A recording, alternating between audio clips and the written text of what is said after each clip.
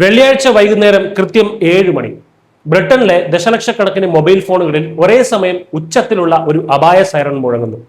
രാജ്യത്ത് വൻ ഭീകരാക്രമണം നടന്നെന്നോ അതല്ലെങ്കിൽ മറ്റെന്തെങ്കിലും വലിയ പ്രകൃതി ദുരന്തം സംഭവിച്ചെന്നോ കരുതി ബ്രിട്ടീഷ് ജനത ശരിക്കും വിറങ്ങലിച്ചു പോയ നിമിഷങ്ങളായിരുന്നു അത്.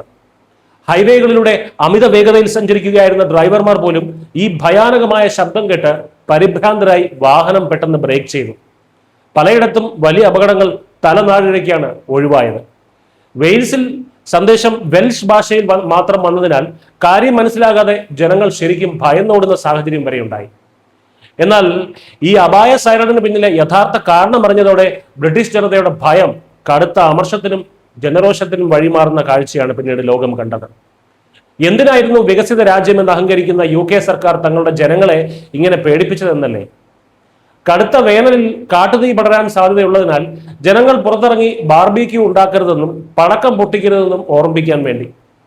അതെ, കേൾക്കുമ്പോൾ വലിയൊരു തമാശയായി തോന്നാമെങ്കിലും രാജ്യത്ത് അടിയന്തരവും ഗുരുതരവുമായ ജീവൻ രക്ഷാ മുന്നറിയിപ്പുകൾക്ക് മാത്രം ഉപയോഗിക്കേണ്ട എമർജൻസി അലേർട്ട് സിസ്റ്റമാണ് UK ഭരണകൂടം ഇത്രയും നിസ്സാരമായ ഒരു കാര്യത്തിന് വേണ്ടി ഉപയോഗിച്ചത്. ഇതിലും വലിയ തമാശ എന്താണെന്ന് വെച്ചാൽ, അയൽക്കാർ ബാർബിക്യൂ ഉണ്ടാക്കുന്നുണ്ടോ എന്ന് പരാതിപ്പെടാൻ ജനങ്ങൾ കൂട്ടത്തോടെ എമർജൻസി നമ്പറായ 999ലേക്ക് വിളിച്ചതോടെ UK അടിയന്തര സേവനങ്ങളുടെ ഫോൺ ലൈനുകൾ വരെ കപ്പാസിറ്റി കവിഞ്ഞ് പൂർണ്ണമായും സ്തംഭിച്ചുപോയി.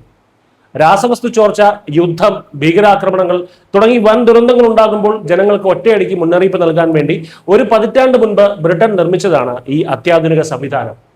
എന്നാൽ ഗ്രേറ്റർ മാഞ്ചസ്റ്ററിന്റെ മേയർ ആൻഡി ബേൺഹാമിന്റെ അനുമതിയോടെ ഈ സിസ്റ്റം പൂർണ്ണമായും ദുരുപയോഗം ചെയ്യപ്പെടുകയായിരുന്നു.